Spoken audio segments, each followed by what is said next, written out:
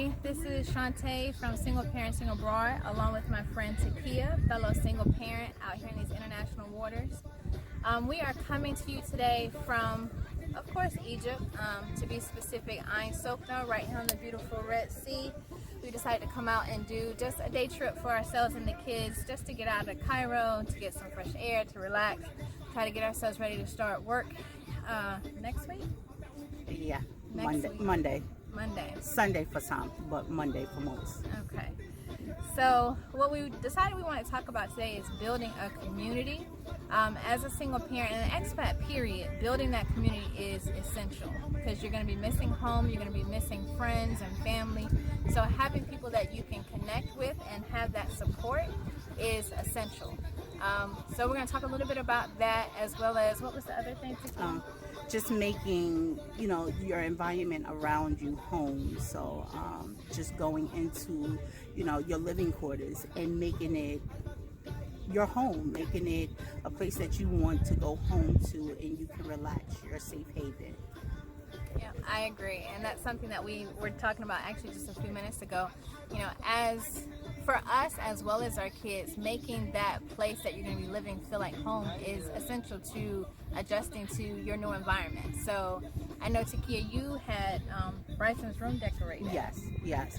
So for me, my focus when I came here was getting Bryson situated. I felt like he gave up so much for me to pursue my dream. So I wanted to make sure that everything he left behind in the States, that I have been able to replace all of that, but his room was his place. That was his space.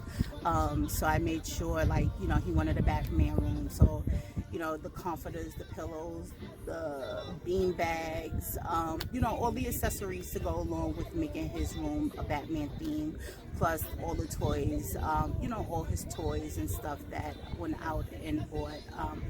But what I did forget to do was the same way he made sacrifices, I made sacrifices as well. So I put so much effort into him and I forgot about me.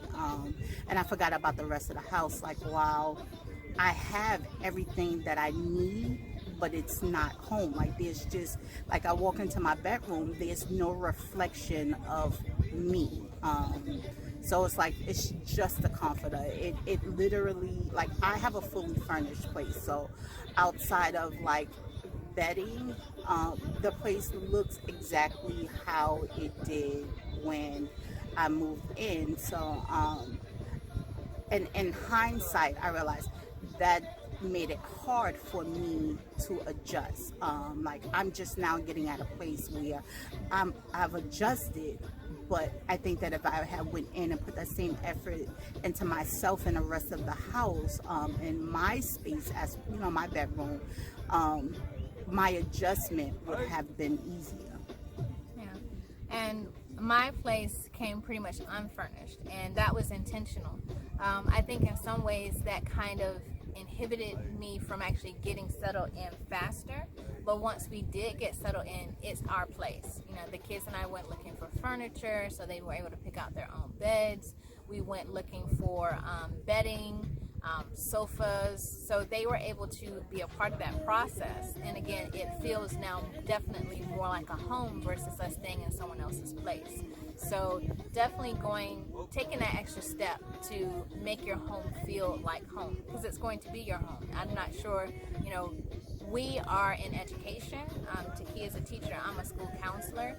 So, for us, depending on where we go, we may have to locate our own housing, or the school will provide housing, but either way, you need to go the extra step to make it feel comfortable and make it your own place, put your own touch on it.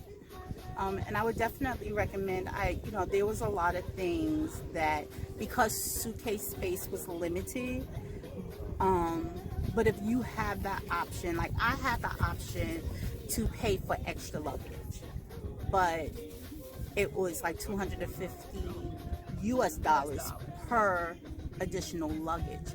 However, looking back, it would have been worth it to pack those extra little things that, like your favorite cup or Just those little things that you look forward to when you're going home, or you're going to work, if that's your cup that you take to work, because it feels like you have a part of home, your home, wherever your home may be, whether it's in the United States, UK, or, wherever it may be. But you feel like you have a part of home with you because you bought those pictures and those little reminders, those little trinkets. Like for me, I know this time when I went home for the summer and came back, one of the things that I brought with me were my degrees, and that was in my carry-on. When they told me I had to check my bag, it was like, whoa, no, because I felt like, even though I could have replaced it, but that was something that I was looking so forward to just bringing back, to be able to get framed and put into the house, because now there's, I felt like that was something for me to be able to look at that every day and see, wow, that was something you worked for. This is your house, and this is not just a place that you're renting out for someone, from someone else. So, if you have that extra money to put in, the extra luggage, I would definitely say it's worth an investment. Well, and I want to agree on the little odds and ends. Like when I went to my first placement in Fiji, and even now here in Egypt, I've taken pictures of my family. On my dining room table, there's a picture of myself and all 3 of my children. Here in Egypt, I have 2 of my children. My oldest is 23, so our family photo is on our dining room table.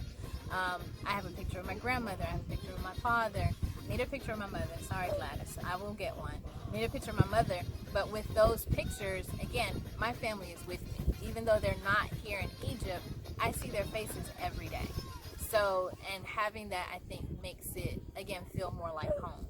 I do want to encourage, because another part of transition is the acculturation process. And acculturation, not to make it seem as though you may not know, but I just want to explain for those who may not know, is where you feel more comfortable in your surroundings. You get used to the customs of the place that you're in. So you do want to have pieces of your new home country in your home, because again, you need to get comfortable with your surroundings. But having those pieces of where you're coming from, again, your family, your favorite things that you do have from back home, is very important in regards to making you feel at ease in your new place.